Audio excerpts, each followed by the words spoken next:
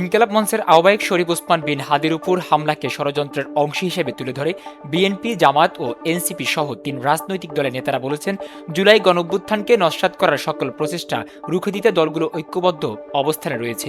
আজ শনিবার রাষ্ট্রীয় অতিথি ভবন যমুনায় প্রধান উপদেষ্টা মোহাম্মদ ইউনূসের নেতৃত্বে অনুষ্ঠিত বৈঠকে নেতারা এই বার্তা দিয়েছেন বলে জানিয়েছেন প্রধান উপদেষ্টা দপ্তর। প্রধান উপদেষ্টা বলেন, ষড়যন্ত্রকারীদের উদ্দেশ্য হচ্ছে নির্বাচনটি হতে না দেওয়া। এই আক্রমণটি খুবই সিম্বলিক। তারা তাদের শক্তি প্রদর্শন করতে চায়, নির্বাচনের সব আয়োজনকে ভেস্তে দিতে চায়।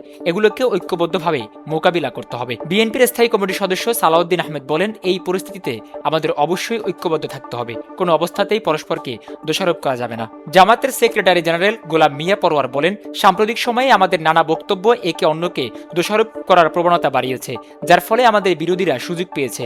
আমাদের পূর্ব ন্যায় ঐক্যবদ্ধ থাকতে হবে। জাতীয় নাগরিক পার্টির আহ্বায়ক নাহিদ ইসলাম বলেন, জুলাই অভ্যুত্থানের পর থেকে কিছু লোক এই অভ্যুত্থানকে খাটো করার জন্য নানা অপতৎপরতা চালিয়ে আসছে।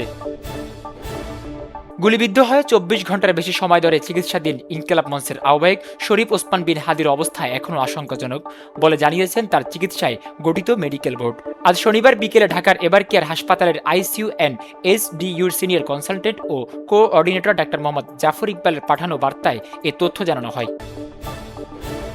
ওসমান হাদির উপর হামলাকে গণতন্ত্রের উপর আঘাত বলে অভিহিত করে বিএনপির স্থায়ী কমিটির সদস্য মির্জা আব্বাস বলেছেন, হাদি আমার নির্বাচনী প্রতিদ্বন্দ্বী নয়, প্রতিযোগী। সে রাজপথের সাহসী সৈনিক। তাকে আমি নির্বাচনী মাঠে আবারও সক্রিয় পাবো সেই প্রত্যাশা করি। আজ শনিবার বিএনপির নয়াপল্টন কার্যালয়ের সামনে এক সমাবেশে মির্জা আব্বাস এসব কথা বলেন।